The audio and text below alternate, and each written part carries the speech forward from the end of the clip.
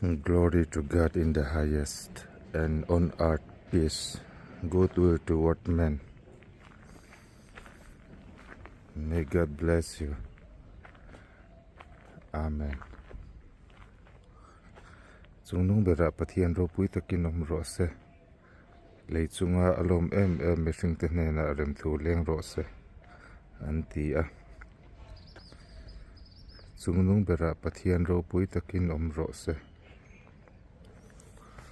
Lalpan mal som se ro se. Amen.